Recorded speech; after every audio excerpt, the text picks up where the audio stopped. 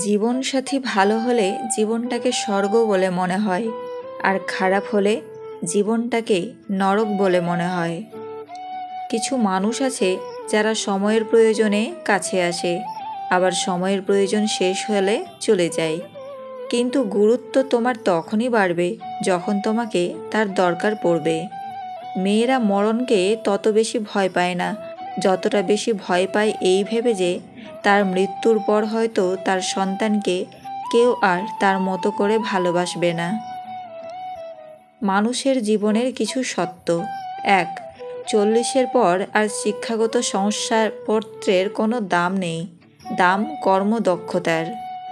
২. 50-এর পর সৌন্দর্যের দাম নেই, যতই সাজুগুজু করা হোক না কেন চোখের কোণে কালি পড়বেই, গাল ভাঙবেই। ৩. 60-এর পর অবসর, তখন আর পুরনো চেয়ারটার দাম নেই, ব্যাংকের ম্যানেজার আর গ্রুপ ডি এর একই পরিচয়, প্রাক্তন ব্যাংক কর্মী। ৪. 70-এর পর বড় বাড়ি আর ছোট বাড়ির কোনো তফাৎ নেই, কারণ ছেলেমেয়েরা সব বাইরে, বাড়িতে শুধু বুড়ো বুড়ি। ৫. 80-তে টাকা থাকলেও তার দাম নেই, হাঁটা চলার ক্ষমতা থাকে না তখন, দরকার জনবল। ৬. 90-এর পর বিছানায় পড়ে থাকা, তখন ঘুমোনো আর জেগে থাকার কোনো তফাৎ নেই, তো কিসের এত অহংকার? জীবনের অর্ধেক কেটে যায় সার্টিফিকেট অর্জন করতে, বাকি জীবন কেটে যায় সার্টিফিকেটের জেরক্স করতে করতে। জীবনে যদি তুমি এমন কিছু পেতে চাও যেটা তুমি আগে কখনো পাওনি, তাহলে তোমাকে তার জন্য এমন কিছু করতেও হবে যেটা তুমি আগে কখনো করনি।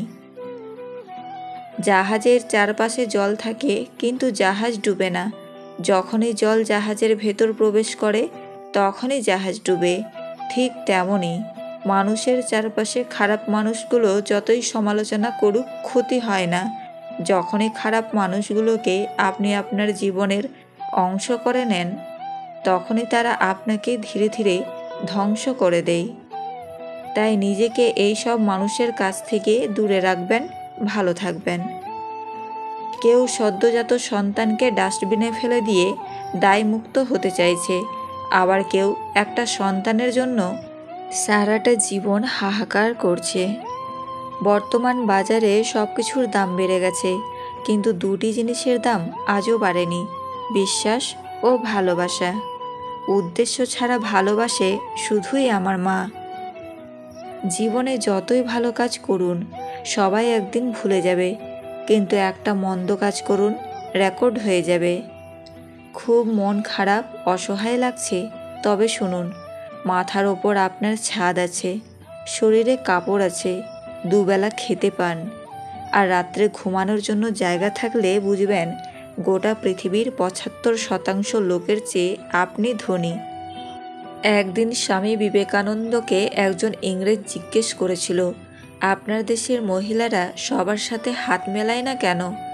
তখন স্বামীজি ইংরেজকে বলেছিলেন যে, আপনার দেশের রানী কি সবার সাথে হাত মেলায়? ইংরেজ বলল, না। স্বামীজি বললেন, এরকমই আমাদের দেশের সকল মহিলারাই রানী।